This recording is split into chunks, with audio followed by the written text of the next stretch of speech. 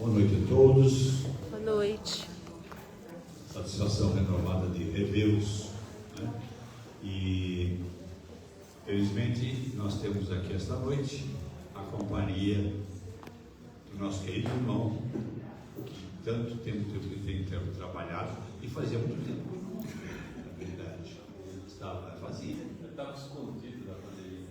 Com certeza. Mas aqui eles não conseguem, sabe? Um bichinho que vem aqui na matamos não dá. Às vezes ela passa atrás de passa e sai umzinho. Então não tem preocupação. Demorei muito para vir, então. Porque faz umas 3 semanas eu peguei essa onda, então. Deu uma crise no mercado. Não é? Apesar de 4 doses. O Ortiz, ele vai desenvolver o tema para nós hoje de providência divina.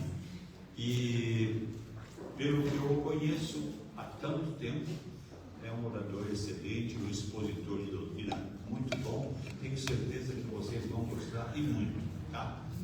Então, Ortiz, o que a gente faz para uma prece, para nós prepararmos nosso ambiente, e em seguida você poderá fazer a sua palestra, a sua fala.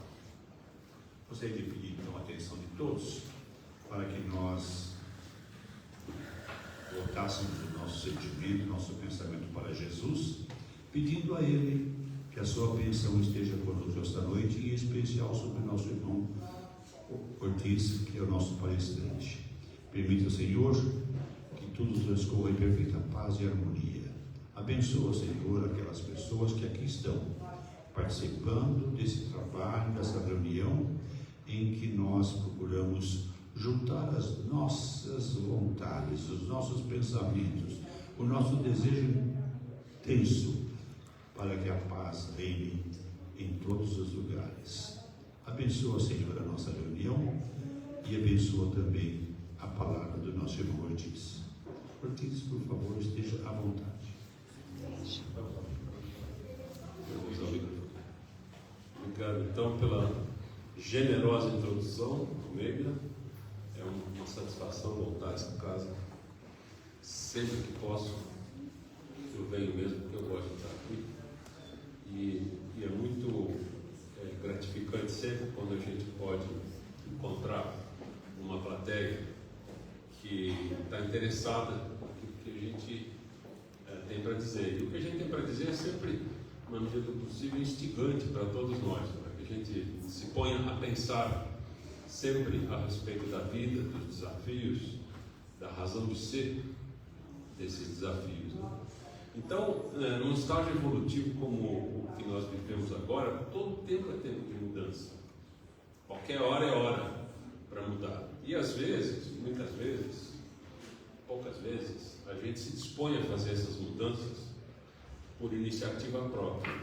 Mas é muito frequente que essas mudanças tão necessárias, que nós precisamos empreender, um empreendimento mesmo, fazer as mudanças, substituir a nossa falta de conhecimento e os nossos vícios por virtudes que nós não temos ainda, muitas e muitas vezes, é a providência divina, como a gente costuma a ela se referir, nós vamos falar mais sobre isso, é que nos empurra, que nos manda para frente, não nos deixa parar e simplesmente esperar o tempo passar. Um período como esse, tão longo de pandemia que nós temos vivido, estamos vivendo ainda, com oscilações, idas e vindas, é um exemplo muito interessante de uma modificação de roteiro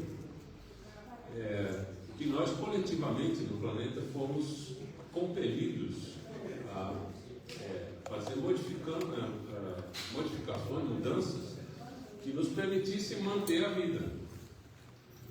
Nós, principalmente nos primeiros meses, ou no primeiro ano dessa pandemia, nós ficamos à mercê de um vírus que a gente não conhecia direito.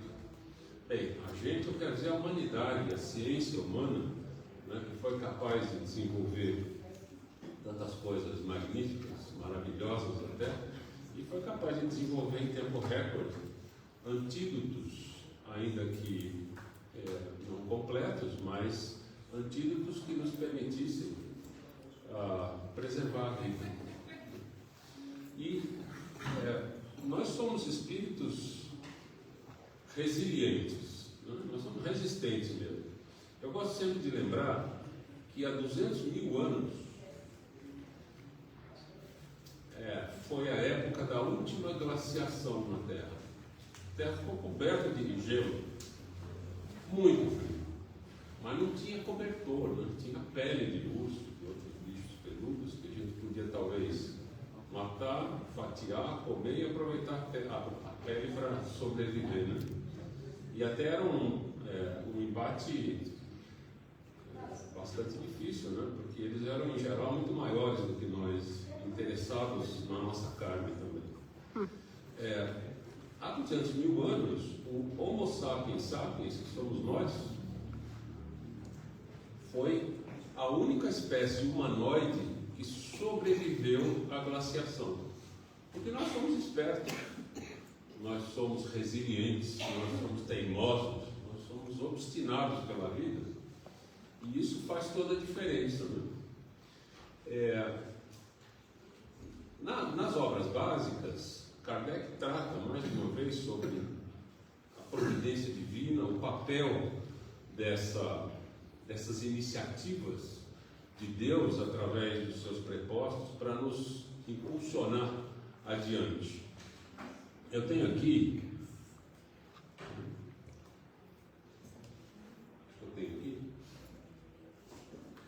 um pequeno trecho que está no livro A Gênese, no capítulo 2, que diz isso, a providência. Então, Kardec, tratando da providência, ele explica que a providência é a solicitude de Deus para com as suas criaturas, nós. Ele está em toda parte, tudo vê, tudo preside, mesmo as coisas mais mínimas. É nisso que consiste a ação providencial. E aí o próprio Kardec, inquiridor como sempre foi, por isso conseguiu extrair dos espíritos com os quais ele trabalhou nessa grande empreitada de trazer a doutrina espírita para o mundo físico, ele coloca essa pergunta instigante e intrigante ao mesmo tempo: como pode Deus, tão grande, tão poderoso, tão superior a tudo, imiscuir-se em pormenores ínfimos, preocupar-se com os menores atos e os menores pensamentos de cada indivíduo?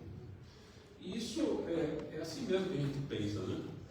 Deus vai estar preocupado com cada uma das suas criaturas, mais do que isso, olhando detalhes, detalhes ínfimos, né, da vida.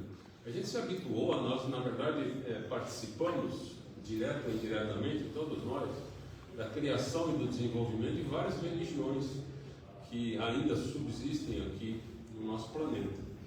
E nós nos acostumamos com a ideia de um Deus que ao mesmo tempo é punitivo e para isso precisa vigiar a cada uma das suas criaturas. E aí a gente inclusive imaginou um modelo estranho, né, em que Deus designa a um anjo, com asa ou sem asa, a tarefa de, na sua cadernetinha, marcar os erros e os acertos que nós cometemos. Depois, no final, a gente vai ter que ser julgado por causa disso. As leis de Deus, na verdade, são auto-aplicáveis. Elas se autorregulam. Né? As regras que governam a vida no universo todo não precisam desse Deus ou desses anjos marcadores de caderneta. Na realidade, nós vivemos com os nossos semelhantes e a possibilidade de estarmos repetindo experiências a cada nova encarnação é que faz esse papel de nos impulsionar, oferecendo muitas vezes de forma compulsória a possibilidade de repassar lições. Em seguida, Kardec pergunta isso aqui. Eu estava na dúvida se eu teria esse telão. Eu vou ler aqui porque eu não tenho lá. Ele pergunta assim,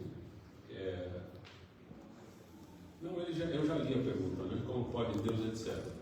Então, na verdade, essa questão da nossa relação com Deus é uma questão ainda pendente, muito importante. A rigor, toda religião, né, se propõe a estabelecer essa religação. Religião vem do grego religare, e é justamente religar a criatura com o Criador, a função das religiões. E nós ficamos nos debatendo, procurando intermediários que façam esse contato. Muitos se arvoram no direito de fazer esse contato, e se colocam como líderes religiosos. Nós aqui em doutrina espírita não temos essa hierarquia, porque nós aprendemos com Jesus que o contato da criatura com o Criador tem que ser direto, certo? Ensinado pelo próprio Jesus. Quando você estiver precisando falar com Deus, acalme-se, recolha-se e converse com Ele. Então, nós precisamos compreender essa relação com Deus, e eu recorro, então, em seguida, a um texto do Emmanuel, que nos oferece uma oportunidade excelente de reflexão, nessa lição que está no livro Rumo Certo, é a lição número 60, ditada pelo Emmanuel através da mediunidade de Chico Xavier, que chama-se Proteção de Deus. Então, Emmanuel diz, vocês me desculpem se eu der as costas para vocês. Clamamos pela proteção de Deus, mas não raro admitimos que semelhante cobertura unicamente aparece nos dias de caminho claro e céu azul. O amparo divino, porém, nos envolve e rodeia em todos os climas da existência. Urge reconhecê-los nos lances mais adversos. É muito comum que a gente se sinta protegido quando tudo vai bem. Tudo tranquilo, quer dizer que Deus está olhando por mim, né? O primeiro tropeço, a gente já se levanta para perguntar: cadê a proteção? Sumiu a proteção? Esqueceu de mim? Está distraído aí? Tirou férias? É isso que a gente pergunta, né, para o anjo da guarda. E Emmanuel chama a atenção para o fato de que esse amparo está permanentemente à nossa disposição. O problema é que nós compreendemos erroneamente que amparo é céu de brigadeiro. Quando tudo está certo, eu estou amparado. Quando alguma coisa está diferente do que eu queria, parece que o amparo sumiu. Sem nos darmos conta, infelizmente ainda para muitos de nós, sem nos darmos conta, de que são justamente esses tropeços que nos obrigam a parar para refletir, que muitas vezes nos impedem de seguir no rumo errado, que nós estamos teimosamente insistindo em prosseguir. Vamos ver como ele segue na lição. Às vezes, o auxílio do Todo Misericordioso tão somente se exprime através das doenças de longo curso ou das dificuldades materiais de extensa duração, preservando-nos contra quedas espirituais e viciação e loucura. Quantas vezes, a gente não precisa pensar que somos nós, são os outros, tá? Mas quantas vezes a gente vai depois descobrir que aquele espírito teve aquela limitação corporal mesmo, impossibilidade de se movimentar, de se expressar, ou de alcançar graus de educação mais altos, simplesmente porque ele já usou anteriormente e muito dessas possibilidades, e cada vez teve isso à sua disposição, comportou-se mal, como se aquilo fosse dádiva dos céus especificamente para ele. Se a gente tem dúvida de pensar, tem dificuldade de pensar sobre isso, pensa, por exemplo, no que achavam e continuam achando os reis e as rainhas, que se julgavam ungidos por Deus, até com sangue diferente, né? Você furava, dava vermelho, mas ele jurava que era azul, né? Então, essa impressão de que as coisas boas Deus deu para mim porque eu sou especial, ainda continuam povoando a nossa mente, como se fossem razoáveis, e nem razoáveis são, né? Porque Deus não é parcial. Ele não cria alguns para a felicidade e a grande maioria para o infortúnio. Não faz sentido, não é assim. Não pode ser assim. Se for assim, eu não quero esse Deus, eu quero outro, que seja de fato amor, né?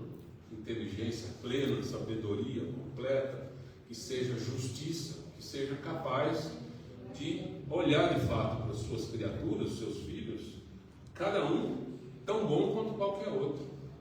A doutrina espírita nos ajuda muito a compreender melhor esses detalhes, não? Que parecem detalhes, mas são tão importantes. Emmanuel segue assim: de outros âmbitos da experiência, a proteção de Deus, providência divina, manifesta-se pela cassação de certas oportunidades de serviço ou pela supressão de regalias determinadas que estejam funcionando para nós a feição de corredores para a morte prematura.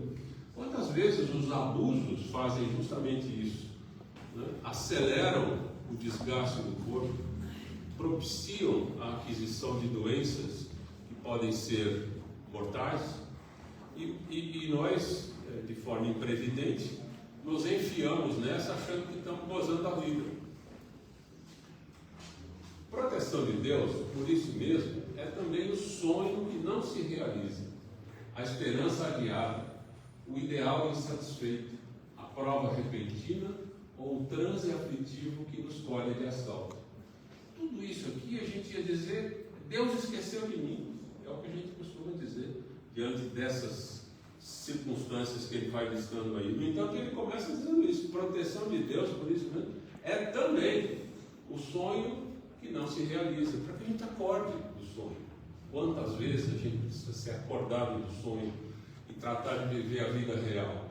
A esperança adiada, o ideal insatisfeito, a prova repentina com que a vida nos visita diariamente, ou o transe afetivo que nos colhe de assalto. Encontra-se a proteção de Deus no amor de nossos companheiros, na assistência de benfeitores abnegados, na dedicação dos amigos ou no carinho dos familiares. Um abraço, um carinho, tudo gostoso, quentinho, acolhedor, mas ele segue. Mas, igualmente, na crítica dos adversários, no tempo de solidão, na separação dos entes queridos ou nos dias cinzentos de angústia, em que nuvens de lágrimas se nos represam nos olhos. Isso ocorre porque a vida é aprimoramento incessante. Nós não estamos aqui a passeio.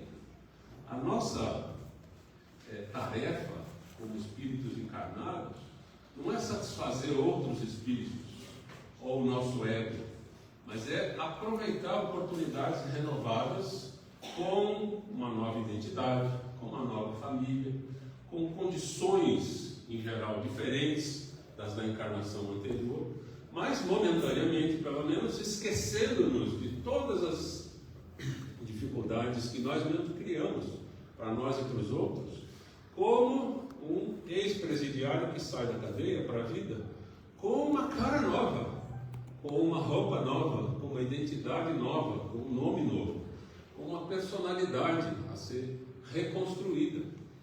E é isso cada nova encarnação para nós, e é isso que a gente ainda não entendeu. Então,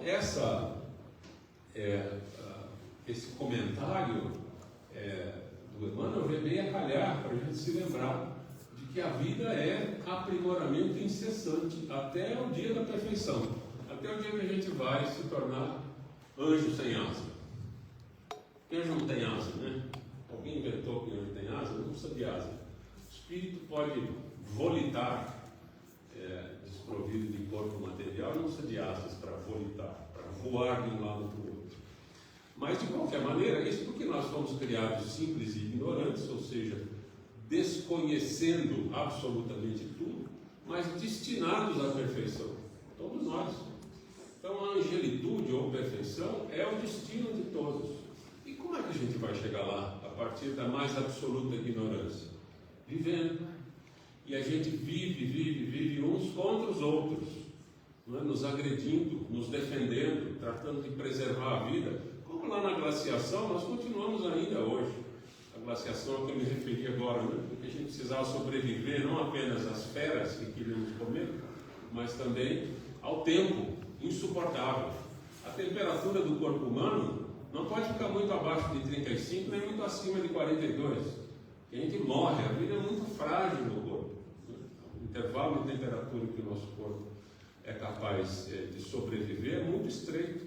Então a gente precisou de se cercar inventivamente de proteções para para chegar, atravessando a glaciação, chegar 200 mil anos depois, nesse estágio que nós nos encontramos. Em que eu posso falar baixinho aqui, vocês estão me ouvindo, porque nós desenvolvemos todas essas traquitanas aqui, né, a partir da nossa inteligência. O nosso problema não é de conhecimento, o nosso problema é moral. Nós somos ainda, como civilização, incapazes de garantir que todos os nossos irmãos tenham acesso a isso.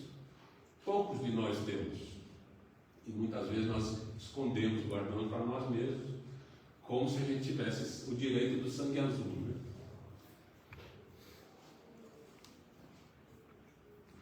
Eu vou ler de novo, porque eu não sei nem se eu terminei essa frase. Isso ocorre porque a vida é aprimoramento incessante, até o dia da perfeição. E todos nós, com frequência, necessitamos do martelo do sofrimento e do esmeril do obstáculo, para que se nos despoje o espírito dos envoltórios inferiores. O próprio Emmanuel diz em outro contexto que a nossa mestra ainda é a dor.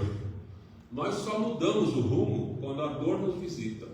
Caso contrário, mar de brigadeiro. Deus está me protegendo e eu sigo assim porque eu não queria outra vida.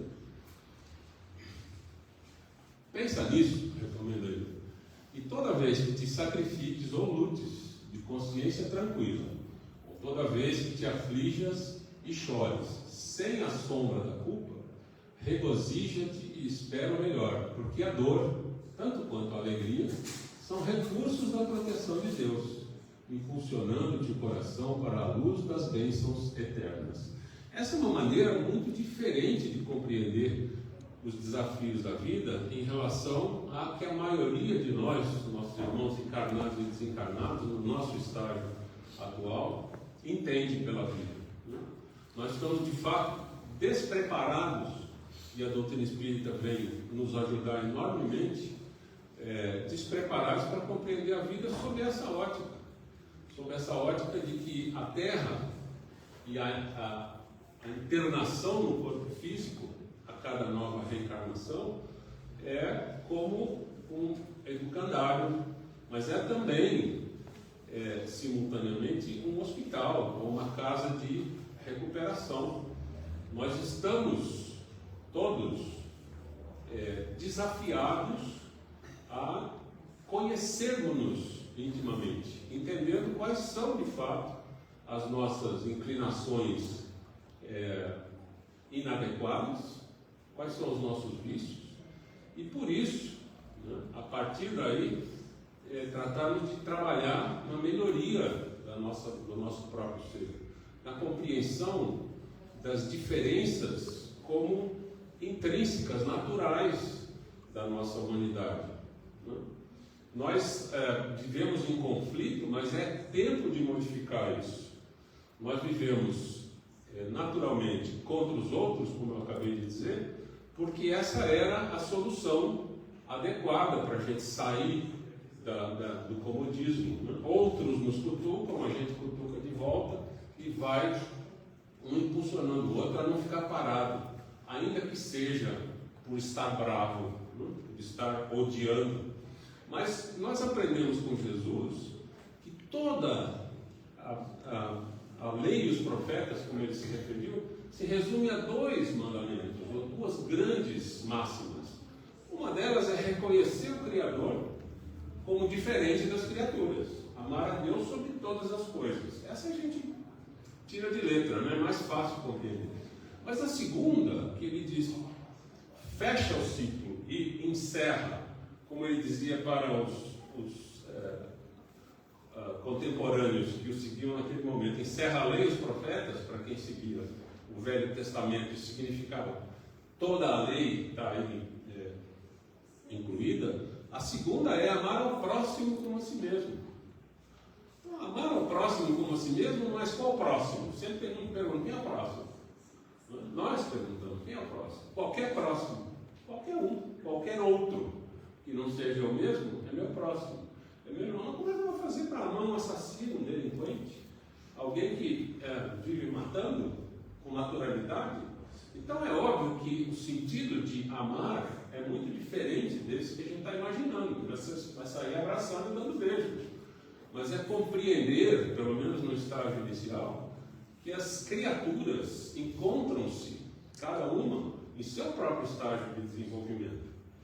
E que alguns são mais espertos e compreendem mais rapidamente, evoluem mais rapidamente, enquanto outros são mais lentos. E a gente, sem querer se situar no topo, né, na parte superior da esperteza, do aproveitamento das lições, a gente precisa já começar a desenvolver essa noção de compreensão. Isso não quer dizer eu concordo com as maldades que ele faz ou ela faz. Isso não quer dizer eu me dou bem e está tudo bem, mesmo que me judiem, eu vou sorrir. Não consigo fazer isso ainda. Mas eu consigo já conceber a ideia de que aquele comportamento ainda é assim, não será assim para sempre. E que muito possivelmente eu também me comportei assim num passado não muito distante e fui capaz de superar. Então, amar ao próximo como a si mesmo envolve, primeiro, conhecer-se para poder gostar de si mesmo. E gostar dos outros tanto quanto nós somos capazes de gostar de nós mesmos, pelo menos conceitualmente, como criaturas, né, irmãs nossas, filhas do mesmo Criador, filhas do mesmo Deus, mas que estando em estágios diferentes vão receber de nós um nível de compreensão e mesmo de acolhimento muito diferente, né? Porque tem algumas pessoas que gostam de nós e nós delas, mas tem muitas que não gostam de nós e nós não gostamos delas. E às vezes a gente gosta de uma, mas ela não gosta da gente. Há uma diversidade enorme e às vezes não é só, e é importante que a gente perceba isso, não é só o gostar da pessoa, mas é o gostar do comportamento, das ideias, tá certo? Da maneira de ser, de se vestir.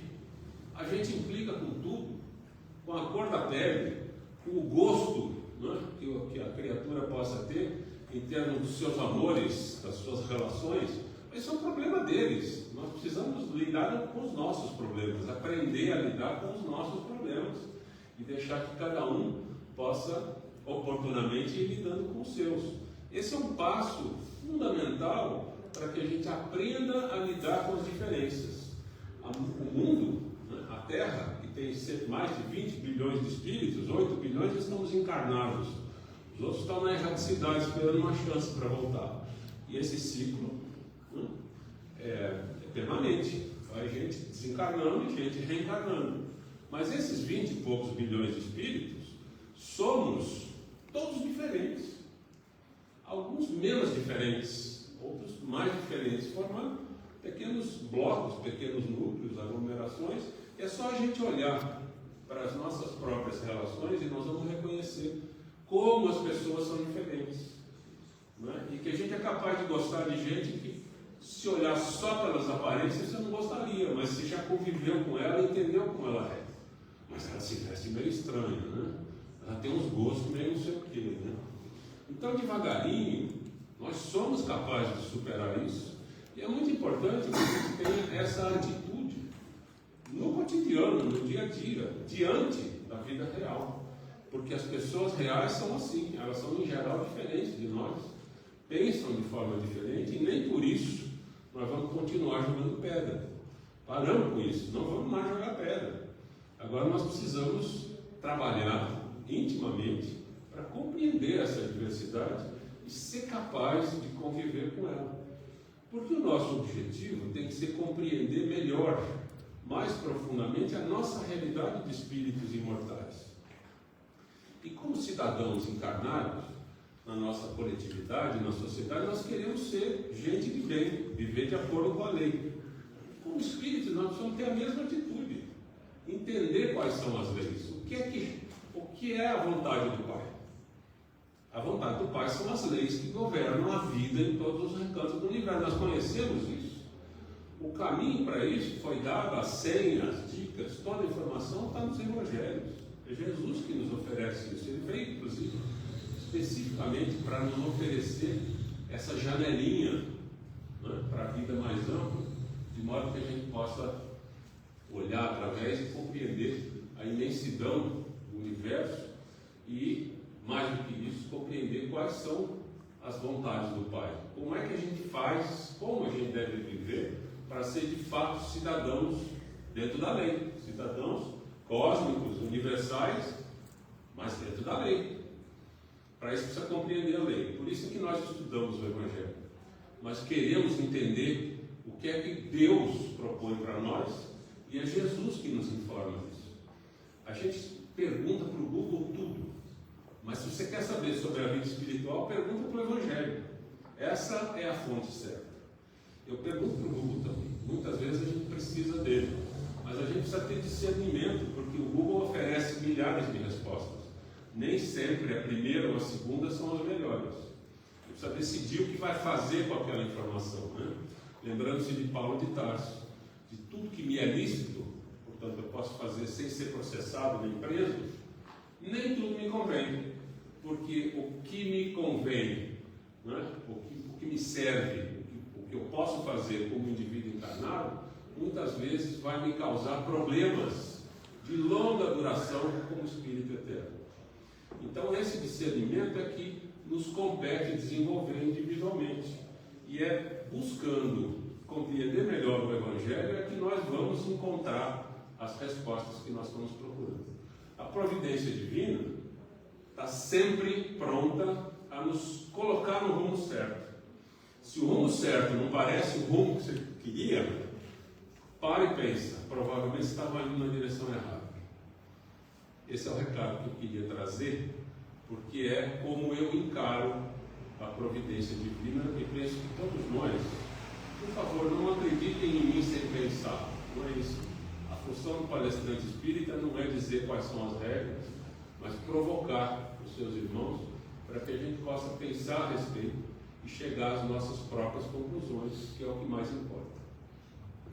Eu agradeço sempre, ao terminar uma conversa como essa, aos espíritos, amigos, os da casa, que nos acolhem, nos recebem, e aqueles que conosco também nos orientam para que a gente seja capaz de abordar o assunto escolhido da forma mais apropriada em termos daqueles que estão nos ouvindo.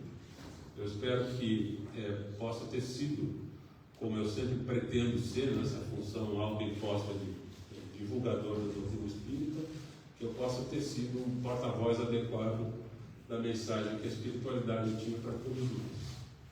E o trabalho vai seguir, e vocês vão tomar um passo, é isso? Que assim seja.